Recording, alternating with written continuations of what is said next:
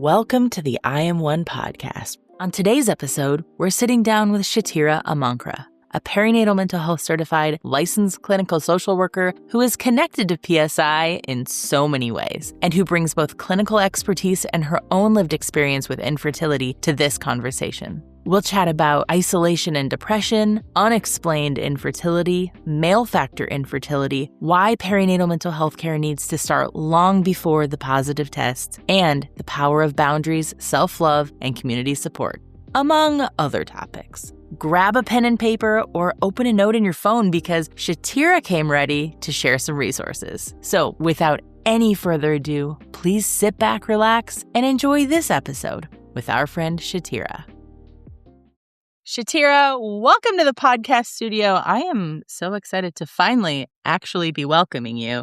All of the stars have aligned. We have been attempting to schedule this recording and had to reschedule several times. We're busy. What are you going to do? Life is life. We're all busy. The plague has hit children and adults at various times over the last, I think it's 5 or 6 months that we've kind of been going back and forth. I'm sick. You're sick. We're all sick. It's all good. Thanks so much for being here today. Yeah, you're welcome. I'm excited to join you guys. Emily, you want to jump right in? Why, yes. Can you introduce yourself to everyone? What's critical for them to know? Name, pronouns, favorite pizza topping. What do you do professionally? Can you juggle? What do we need to know? I mean, just the basics. All right. So my name is Shatiera Amankrah. I'm a licensed clinical social worker, and I am perinatal mental health certified. I'm going to have a specialty in infertility. I have my own personal lived experience in infertility. I have 2 IVF babies. My firstborn just turned 10 on the 6th. So Double digits. Whoa. yeah, she's officially double digits, and I've been in this parenthood life for double digit now, a decade, as she likes to say. My first decade of life, mommy. Yeah, and then my youngest is 7.5 now. Wow. And then I'm done. So there will be no more added. That's a healthy boundary. Yeah. Yeah. And just one fun fact is I'm a twin. Oh. Oh my gosh. I wonder how many twins. Okay, you're a twin. Kara Kushner is a previous guest. She has a twin. Identical?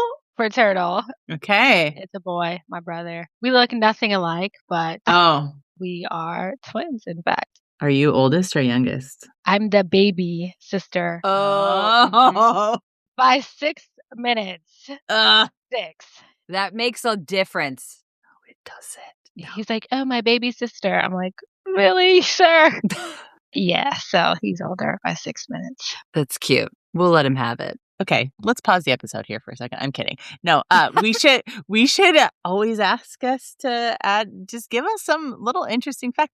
That's not on the list of questions, and I love that we know it, you know? Well, I don't juggle, so I figured. Oh, it's okay. Shoot, I don't juggle. I've got to deliver something else super cool. I'm a twin. No big deal. Awesome.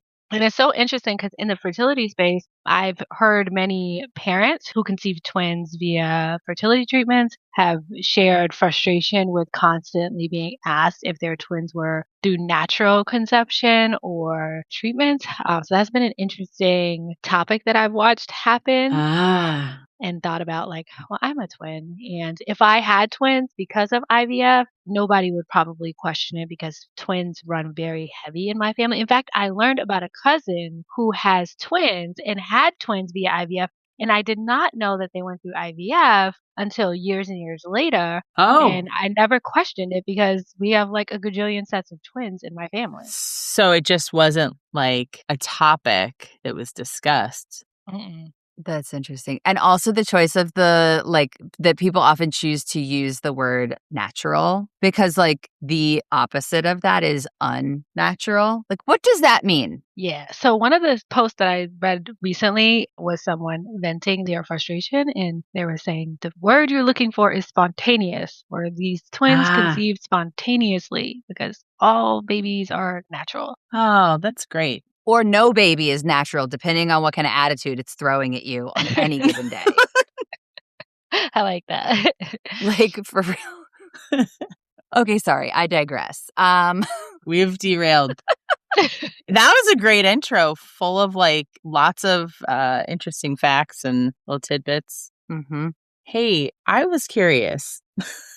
Could you tell us what role perinatal mental health complications have played in your life? It sounds like we already know a little bit that it's played a role personally and professionally. However, you'd like to kind of tell us about Your story. Yeah. Yeah, sure. When I started trying to conceive, I never, of course, imagined I'd deal with infertility, never even knew and understood what all that was. But through the process and through going through it after some years, not after years, but through going through it for some years, in the midst of that, I began dealing with depression, anxiety.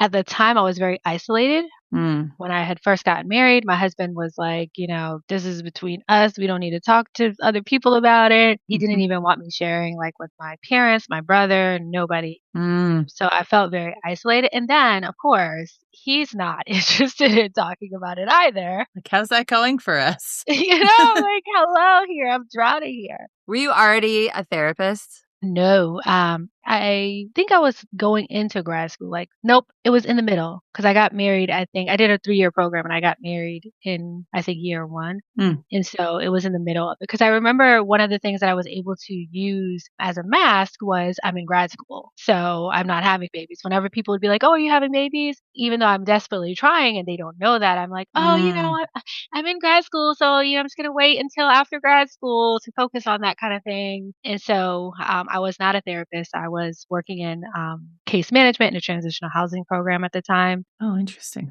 And then I started grad school and then I started doing mental health internship with serious mental illness. Any particular reason? Of serious mental illness? Yeah, like that you chose to do an internship kind of in that area. Yeah, just because I felt like it's probably going to sound interesting, but I felt like my first year internship was a wash. Like I didn't feel like I gained anything from it because it was an organization. It was my first internship year and the organization was going through a lot of changes. So I wasn't really supervised. I didn't carry a real caseload. I didn't really get experience and exposure. And for me personally, I was like, at some point I'm going to get this master's degree and I kind of need to know like real life what's going on and have real experience. Yeah, totally. I proactively sought out my second year internship and just was looking for one that I could get real experience doing real therapy with serious, like mental health.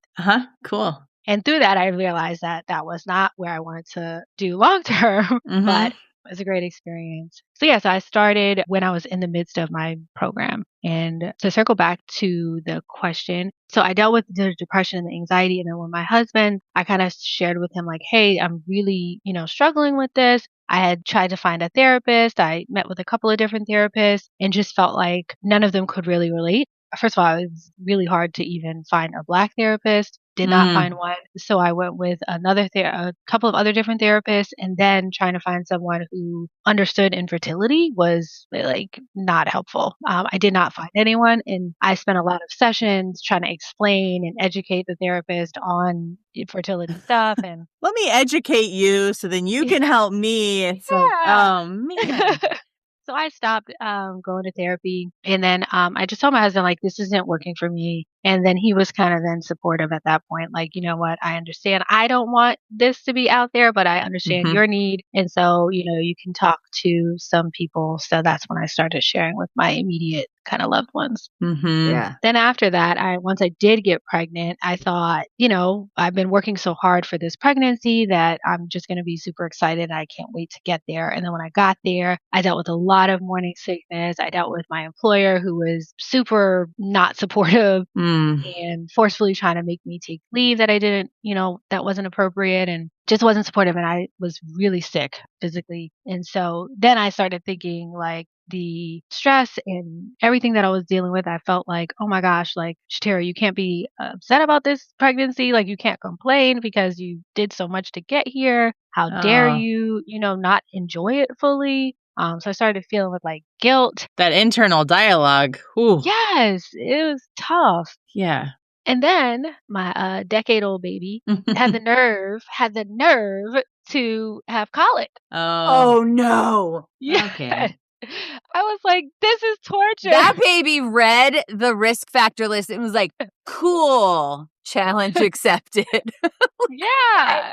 Okay. And she was born in January, so it was wintertime. And so I was even more isolated. I was very hesitant to have other people around. So I dealt with a lot of depression, even in postpartum, a lot of intrusive thoughts. And again, at that time, like I didn't know anything about perinatal mental health. I just knew how I was feeling. And then, of course, later on, I learned more about it and realized, like, oh, yeah, this is what I was dealing with. The anxiety, the intrusive thoughts, the worry, the fear, the sadness, the frustration, all of those things are all things that I dealt with. So I thought, like, oh, once I get pregnant, everything is just going to smooth sailing after that. And it wasn't the case. So that's kind of like my experience with perinatal mental health. Wow. Shatiera, as you were on your journey to becoming a parent, you experienced perinatal mental health complications. And then postpartum, they didn't go away. The first plan was not to talk about anything. Then you were like, uh-oh, I need help.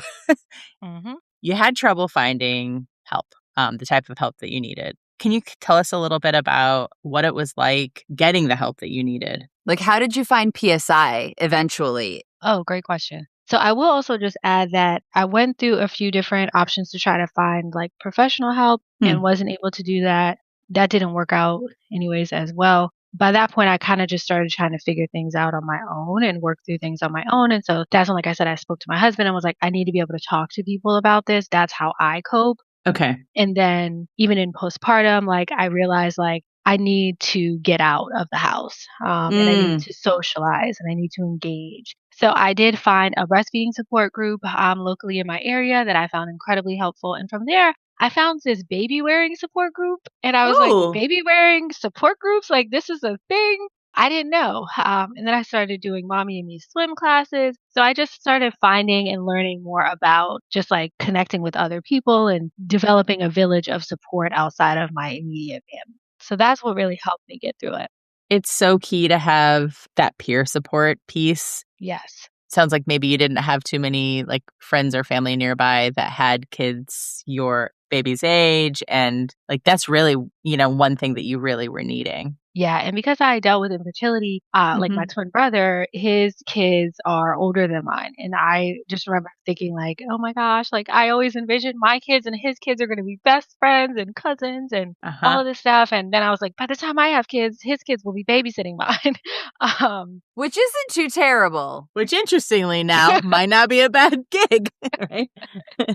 But now my son and his youngest child, he has 3 kids, his youngest child are a year apart and they're very close. And then, my niece and they're all like close, not in a way that I envisioned and imagined, but in a different kind of way that is still awesome and amazing. Oh, that's so good. But I also live in Virginia and my family, all of my family is in different areas. Most of them are in Massachusetts where I grew up. And so I also did not physically have my family here with me throughout this whole journey. My mom did come down, for my delivery and everything, and she stayed with us for a few weeks at a time. Well, actually for like a couple of months at a time. Oh, shout out, Mom. Yes, she's the bomb.com. Okay. You heard it here first, So that was super helpful. But otherwise, that was also another barrier. Is that I have my husband's family and friends that were supportive, but I didn't have a lot of people who had kids at the same time as me at that time. I had a couple, we're just kind of trying to figure it all out at the same time. So, yeah. So for PSI, how I found PSI was when I was pregnant with my son. I was 10 months pregnant. He was born August 13th and I took my licensing exam July 27th. So I got licensed at 10 months pregnant. Yeah. So I was like, it's now or never because after this baby is born, it's going to be a long time. So once I had my son, then I was licensed and I was on maternity leave and I kind of started trying to figure out like, what's my next step here? Where do I want to go with my career? And I was just job searching and I came across this perinatal therapist role. And I was like, what is a perinatal therapist? Like, very niche. I'm interested. Yeah. And so I clicked on it and I'm reading through the description and it said requirements were perinatal mental health certified within 1 year of employment. And I was like, there's a certification for this? I had no idea. So I clicked, and then that's how I learned about PSI and the certification and all the supports. And I was like, oh my gosh, like, where was this when I didn't know about it? Yeah, same. Same. And in fairness, when I started, that was in 2018. So I think the certification was only a couple years old by then. Oh gosh, it was in its infancy. I mean, You were like probably the first cohort of folks. maybe not cohort. I'm not sure if that's the word I'm looking for, but yeah, I was like, oh my gosh. And I remember like then looking to see who was certified and how many people were in my area, and it was low. And now, thankfully, in 2026, it's like a jillion people, which is amazing and great. But then I was like, oh my gosh, I didn't know this was a specialty. yeah. So it was pretty cool. And now going into my kid's pediatrician office, literally, I see resources and stuff in there for PSI. And I'm in Virginia, so there's stuff for postpartum support Virginia. So it's really cool to see so much more emphasis even in pediatrician offices now. So that's so cool. Do you randomly tell people at the grocery store about PSI, or is it just us? Like, we go, I always find myself in like the funniest places. Like, I need to just wear a QR code and just be like, hey, you heard about like inside my jacket or something. I'm kidding. No, I do, ironically enough, and I sometimes very intentionally will not be as forthcoming about like things like my career and what I do, because inevitably it comes up. And then now I'm sitting here talking, like I was talking to my nail tech. I remember going in to get eyeglasses and do my eye exam, and somehow we started talking about postpartum, and I was just like, how did we get here? I'm off the clock here. Yeah. Yeah. You're getting oddly personal and specific though. Yeah. But it's also, it's cool. And sometimes I'm like, okay, I need a break. So sometimes I will make stuff up a little bit about what I do. You're like, I have other interests, I swear. Like, okay, I want to go back in time for a quick second, because I think it's important to appreciate like the infertility journey. So it took some time, but also you probably had to like try various different ways. Like, can you just sort of like give us whatever you want us to know about that part of the process? Oh yeah. Like how long? I'm sorry. Sorry. I went through infertility for, I think like it was about 3.5 years before I was able to have my daughter. And it's so interesting now sharing this part of my story, because it feels like, oh, it was only like 3 years. Like, that's not a long time. Feels so long though, right? I mean, but considering like I know people and work with people who now are year 6, 7, 8, 9. But when absolutely month to month, I'm just like, this feels like it's forever. Mm-hmm. And it was nonetheless devastating and traumatic. When we first started seeking treatment and support, we were originally diagnosed with unexplained infertility. Both myself and my husband did some testing. Okay, funny story. After we started trying to conceive for a little bit, and like it wasn't happening, and we were kind of started both just researching a little bit about, we didn't know anything. Like, why aren't we getting pregnant? How long was a little bit? Like, were you like in it for like 6 months, or like you're in it for a whole year and you're like, what's happening here? Either way, it's still too long. Yeah, it was probably closer to a year, only because for probably about the first 6 months, I wasn't like tracking my ovulation and doing all of that. It was just, living our best new married life. Right. Mm-hmm. And then we started tracking because we're like, hold on. Then we started tracking. And then after that, it was just like, okay, something's going on here. Yeah. And so my husband came to me one day and was like, hey, so I was reading some things, and I read this thing about undescended testicles and realized like, I think I was born with this. And actually, I think I had a surgery when I was like 2 or 3 years old. You're like, hey, that would have been great to know. Yeah, I'm like, what? You didn't know this? Like, hang on, that's not on your list of first date questions to ask Shatiera. Come on, like, no. No, I'm kidding.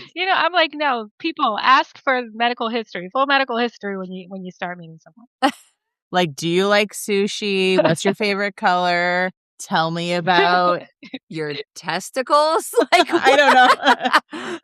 You didn't happen to have any surgeries on your reproductive organs at all? No. But of course, he was young enough. He did not remember. He just knew what his parents told him and he had forgot. But I was just like, interesting that, just us trying to conceive wasn't like a reminder, but it wasn't for whatever reason. So that's when we shifted and went to the clinic and was like, all right, let's get tested. Uh-huh. So Right. once we did all of our testing, his semen analysis still came back normal. So that's when we were diagnosed with unexplained infertility, and we started off with Clomid treatment. Yep. Then we moved to timed intercourse. Timed intercourse is really where they tell you, hey, go home and have sex between 2 and 5 on Friday. For real. Yes.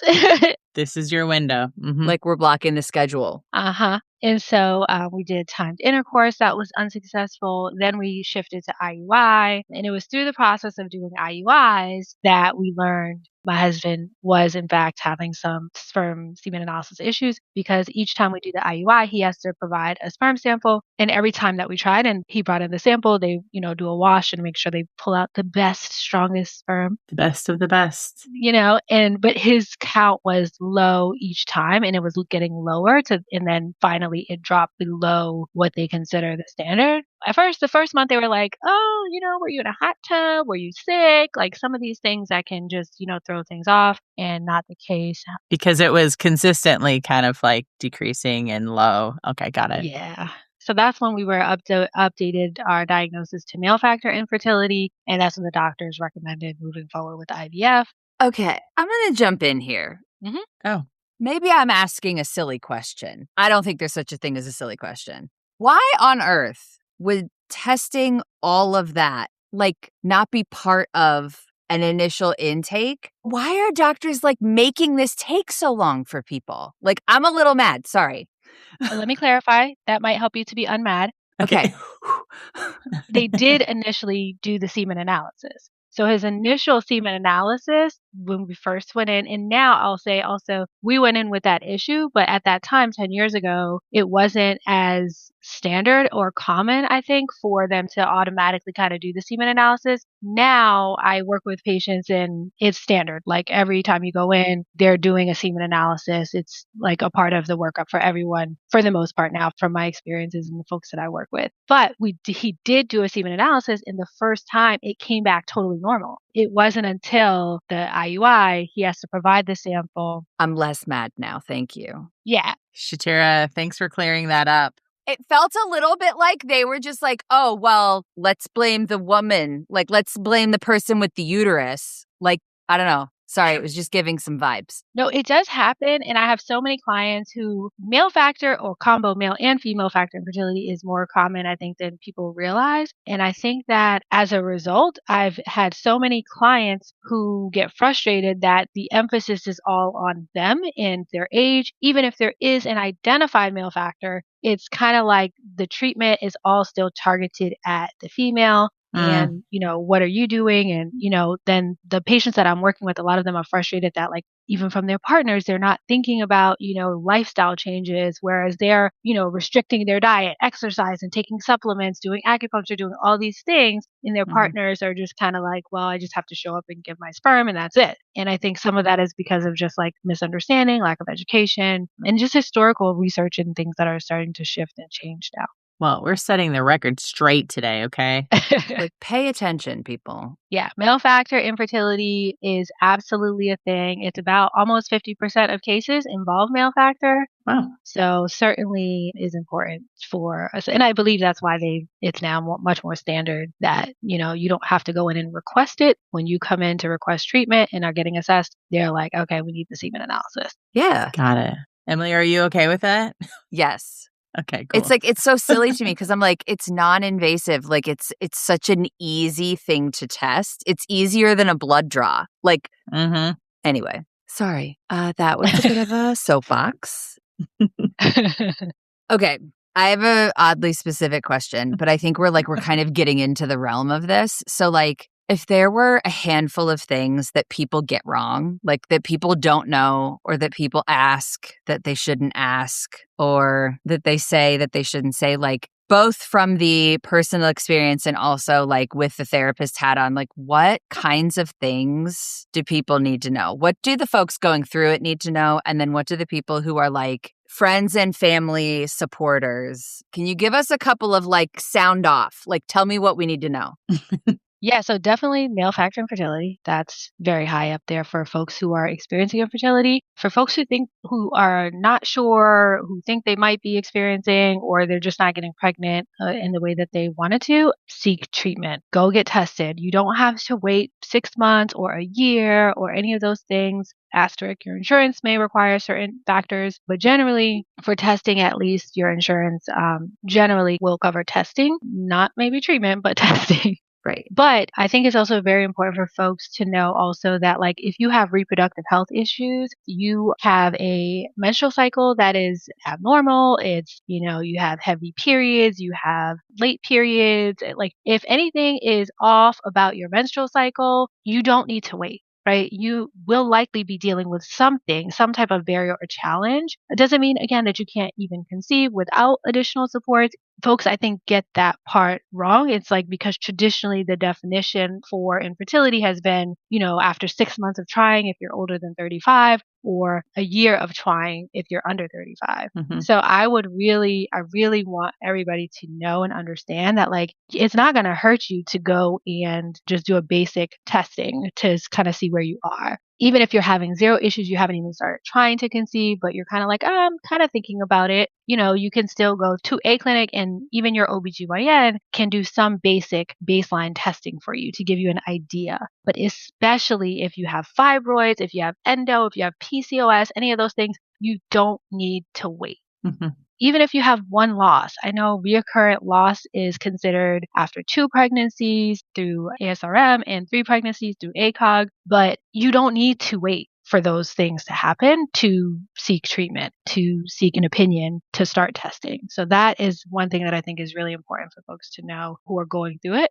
Professional help is also available. There are therapists like myself who are specifically trained and experienced in supporting folks who are navigating infertility. Personally, I have lived experience, as many of us in this specialty do. However, I also have academic training because my experience is only a small portion of the infertility journey. Exactly. And so there are people like myself who are trained and experienced and have the academic and education and training to be able to support you if that's something that you're looking for. Again, I absolutely love and fully support PSI. One thing that I do feel needs to be highlighted, though, is that there are some other organizations that have a unique focus on solely infertility. PSI's thing is perinatal mental health and stuff. Mm-hmm. But Resolve is the National Organization for Infertility. And then ASRM is the American Society for Reproductive Medicine. Those are some good resources for individuals, or if you're a therapist who works with patients who are navigating infertility.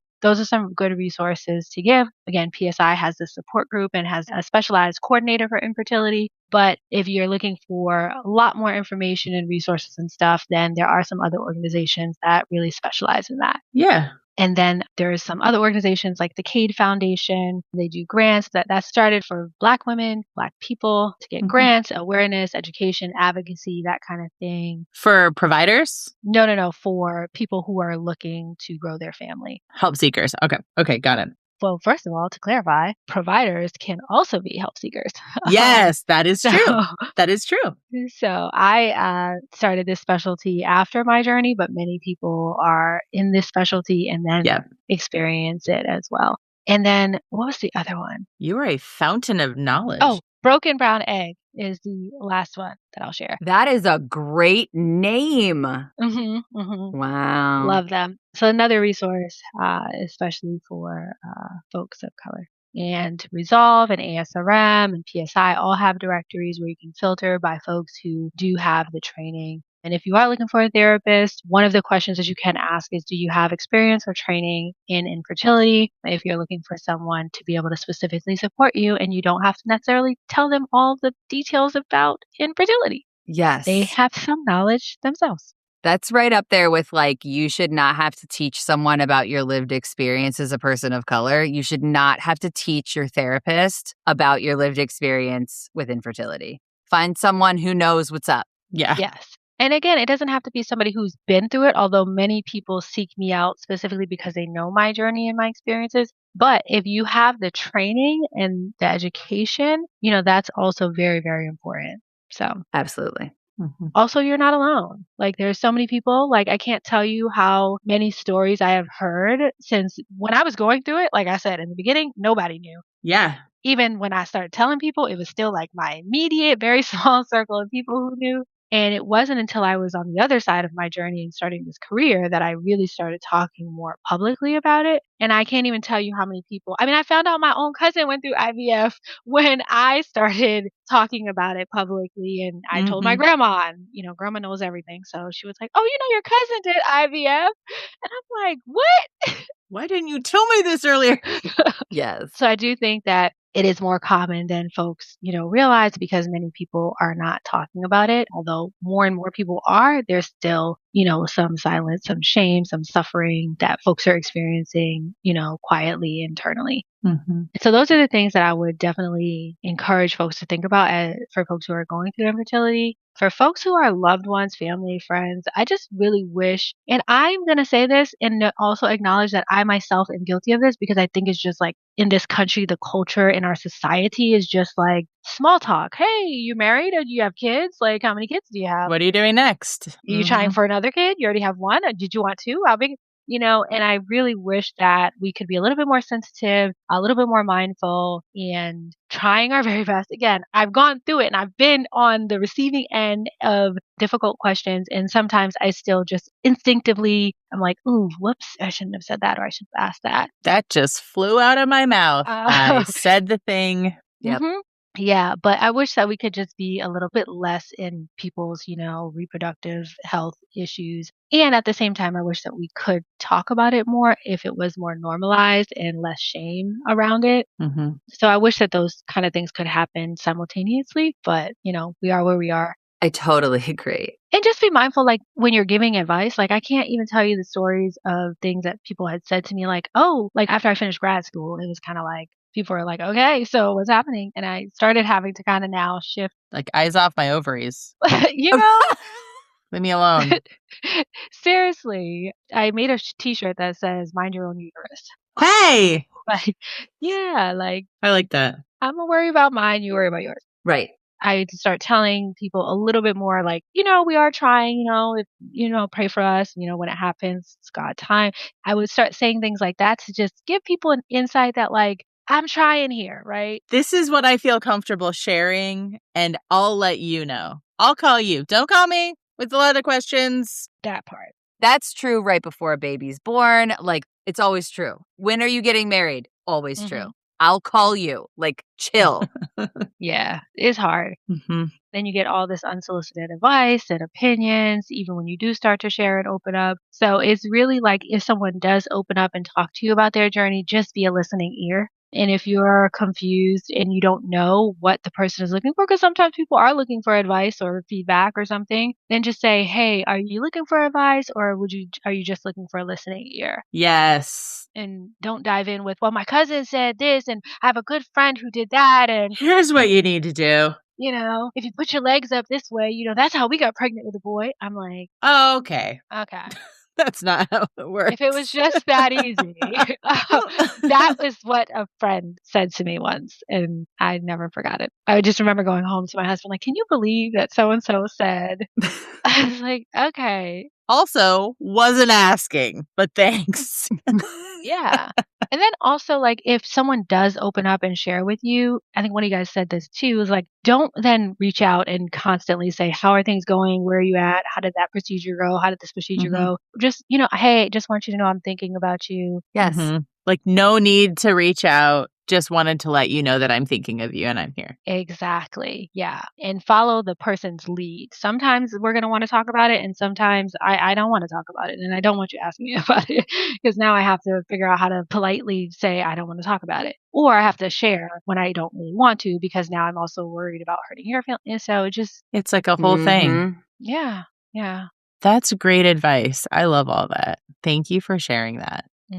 So there are a handful of people in my household who are like newly experiencing menstrual cycles, right? Relatively speaking, pretty new to it. We got some teenagers. And so it's like we don't even talk enough, I think, about what's normal, whatever normal means, right? But like, what is within the range of healthy and what is like unexpected, worth investigating? Because if you have ever had a period, there's some level of cramping and pain that goes along with that. But like, there's a range of what's normal. And then there are things that are indicative of like other issues like PCOS or endo, like you were talking about earlier. Like these are sort of like red flags, but there aren't conversations happening at all with the teenagers in my house. And I don't know how to provide guidance for that. Like what's normal? If you're in bed and can't do school, is that you trying to skip school? Or like, do I need to call the doctor? Like there's so little guidance, which I think back to the whole, like, are we asking the men about their factors in this fertility? Yeah. It's like there just isn't enough information for folks in possession of a uterus to guide us at all. Yeah. And I think part of that is because we don't know ourselves, right? Like, I can't tell you now that I've been in this field, my initial focus has been infertility and perinatal mental health. But by nature, I go to conferences and hear so much and have learned so much more about endometriosis and PCOS and fibroids, and just understanding what you're describing, that being hunched over in pain and having to miss school or work because of your period every single month is not okay. Right. But a lot of times we've just been trained that this is part of being, a woman, and this is what comes with it. And you're going to get your period and it's going to be painful and you just got to deal with it. And so we don't realize until we start trying to conceive and grow our families that, like, I can't tell you how many patients I work with who are newly diagnosed with PCOS or endometriosis or fibroids when they are going through this process because they haven't been able to conceive. And then they reach out to start testing. And even fibroids, like, I have a close friend who is a really big advocate for fibroids and talks a lot about fibroids. And so I've learned so much just from her and her journey, but just like knowing that, like, heavy bleeding, right? Like you think like, oh, this is normal, like, because we don't know what's in the realm of what's considered normal versus abnormal. It's not talked about as much. And so people think that this is just normal, not realizing like, oh, you might have fibroids, right? And so getting that help and really talking to providers and really advocating. There is someone that I follow on Instagram. Her Instagram handle is the Period Doctor. Her goal is to educate, young folks, especially about period and what it means and menstrual cycles and all of that. And so I think like one of the great things about the news and the internet and the media is it's way different and much more accessible to folks in 2026 than it has been when we were, in middle school and growing up, right? So there are more resources. I just was looking at this class that was locally here. It was like a Pamper period party. Certain age range for girls. You go and you learn about periods and you get all these cool, like little pouches to put your sanitary napkins in and tampons and pads and whatever. And you're talking about it. So I've seen more stuff like that. And so I'm hopeful that like my daughter's generation will at least hopefully be more inquisitive, more, with more advocacy. They'll ask more questions. They'll demand better care. But I think part of it for us is just we don't even know. We didn't even know. And also for us as the parents, like I'm going to go check out the period doctor. Oh, yeah. Because sometimes like I don't even know how to bring something up in conversation or what to say or what specifically to be talking about, because this isn't my area of expertise and our parents didn't have that. But now we have access to this information. It's much more readily available. It's like we don't want to do what happened to us, which is like maybe normalize things that were sort of worthy of further investigation, right? Like, oh, that happens to everybody. Like, I don't want to accidentally normalize something that could be a sign that we should like ask more questions. We don't want to normalize not talking about things, and we don't want to normalize being in pain all the time. And we want to normalize hearing people say what they're feeling and what's going on for them, and also speaking up when something doesn't feel right and listening to that. Yeah. Yeah, it's interesting, Zany, because you just brought up like, how do I even talk to her? Yeah. On the period doctor, just recently, like maybe within the last week or so, she had this stitch, I think they call them. Oh, look at you. You're so hip. Okay. I know. I'm like, what's that? Just kidding. there was another video of this parents who were celebrating their daughter getting her period and like the aunties and stuff. And like a lot of people tagged her and she shared it and reposted it and talked about from her perspective, what was probably less helpful, well-intentioned, but less helpful, and gave specific feedback on how this could have been helpful and maybe some tweaks to kind of direct people. I was like, oh, this is helpful for me when my daughter gets to that point and I start having these conversations. Yeah. I have some better guidance of what to do or how to approach this. And some of it is personal and individual and approach, of course. Right. But I thought that was pretty cool. And she brought up things that probably traditionally we don't even think about or consider when we're like, oh my gosh, yay, we're trying to normalize this and make this like not feel like a bad thing. And then inadvertently, we're posting things on social media now for everybody to see what our kid is going to do. Yeah. So balance and like, again, more guidance, I think is helpful. And just talking to young girls, to young people in general and helping them to understand that like, speak up and say something and you don't have to wait till you're trying to conceive to learn what's going on with your body. And you know what? I like to sometimes have these conversations in front of my sons too. Yeah. Yep. For sure. It's okay to talk about it. Absolutely. Cool. Well, thanks for all of that. That was great. Those were some great suggestions. I'm going to go follow somebody new on Instagram. Yes. I have a question for you.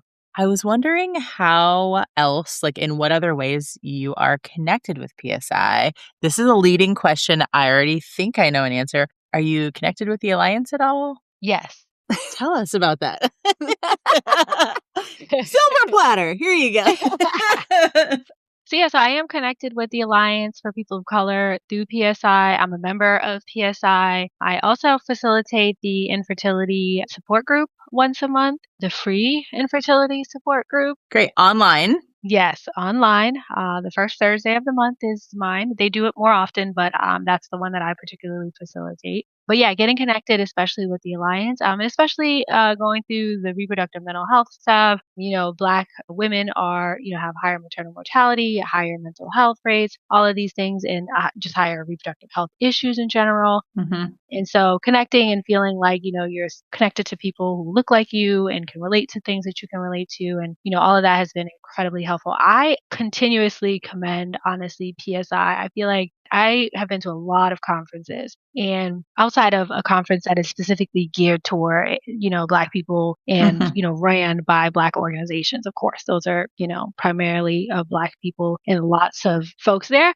However, outside of those organizations, PSI, I feel like does a really good job about really trying to outreach to get more Black providers trained up, to show up to conferences, to be engaged. And it's so amazing to go to conferences and not feel like, okay, like I'm one of maybe 3 or 4 people in here of color. And then if you break it down to like one of 2 Black people here.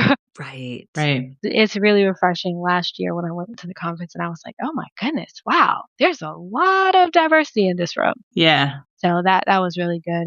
And I love being connected with the Alliance, and the team there is great. Awesome. They are. I have worked with them as well in the fellowship program that they did, the inaugural program that they did last year. I did some trainings on infertility for those folks as well. And then newly, I am on the board for the PSI DC chapter. Great. So that is something new that I'm doing as well. Awesome. But yeah, I'm a really big fan of PSI. So are we.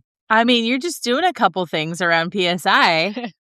We'll make sure that we put, for our listeners, a link in the show notes to the Alliance, the online support group, PSI DC chapter, and anything else we hit on today.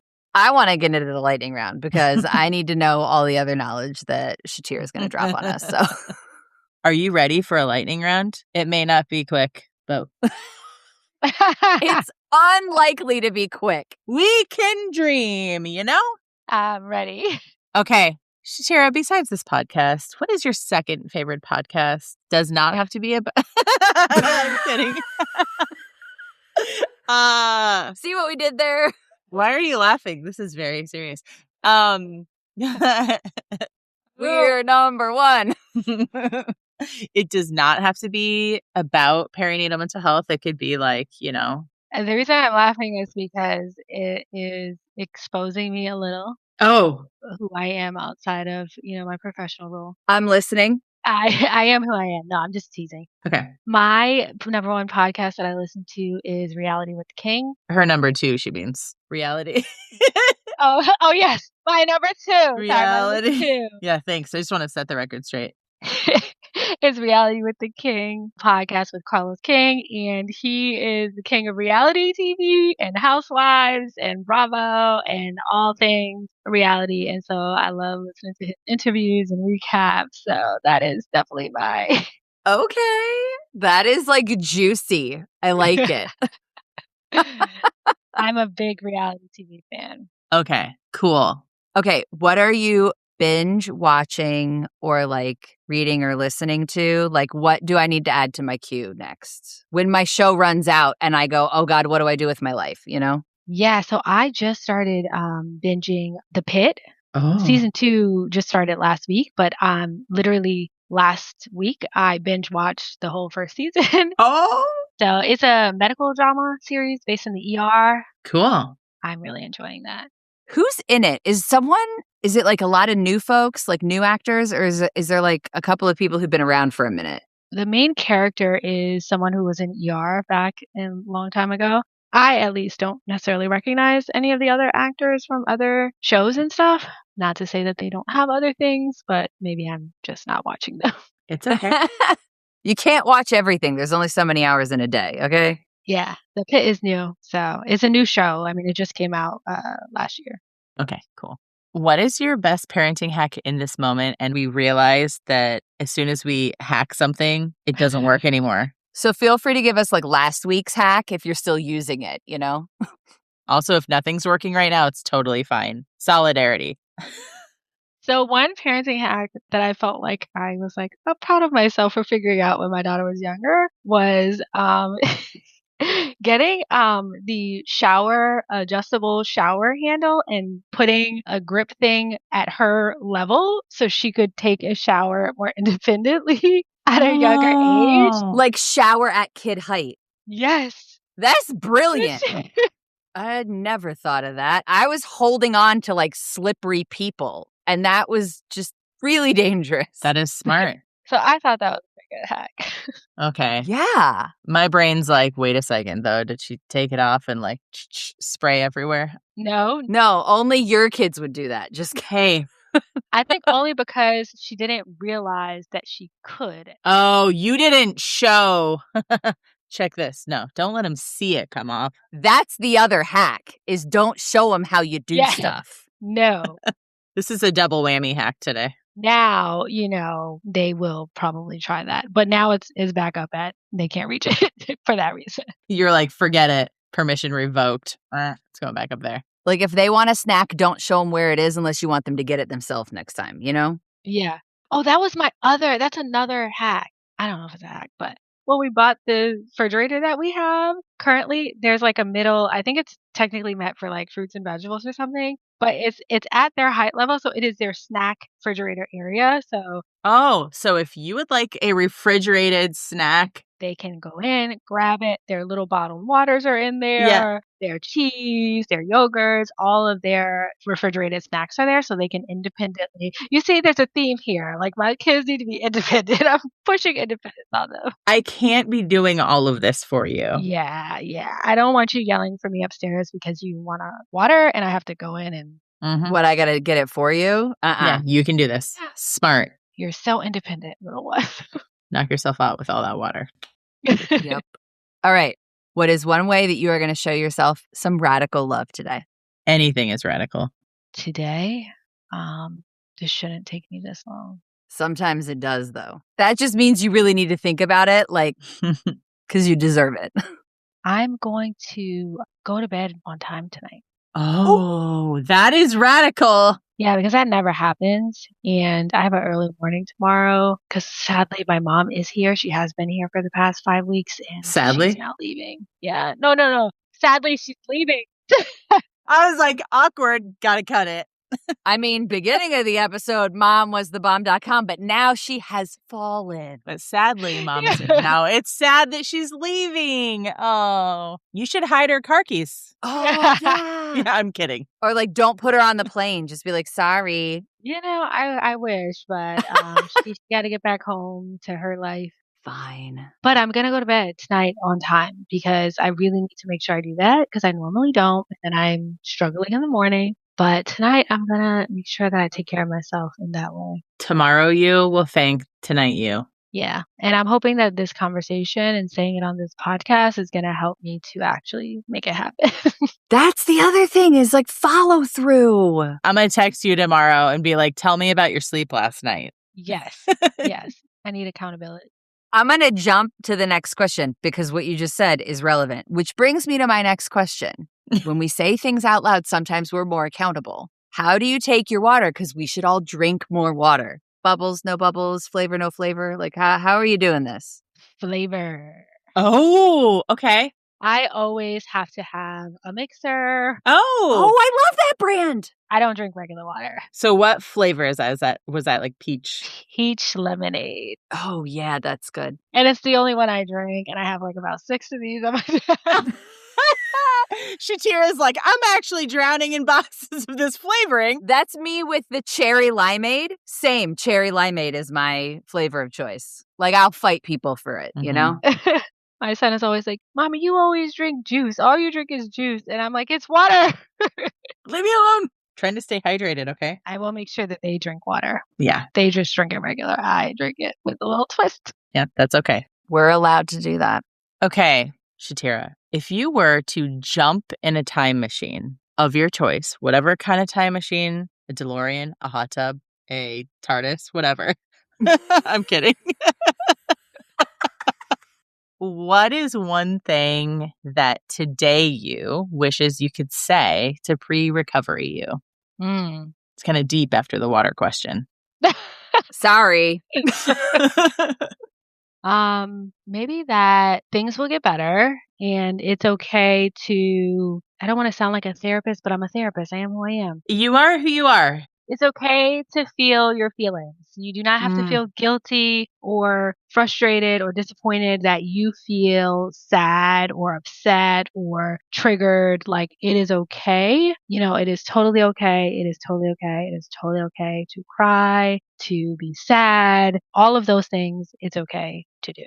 And there's help. Mm-hmm. And you're not alone. Yes, for sure. That's a great thing to say to yourself. I like that a lot. Yeah, me too.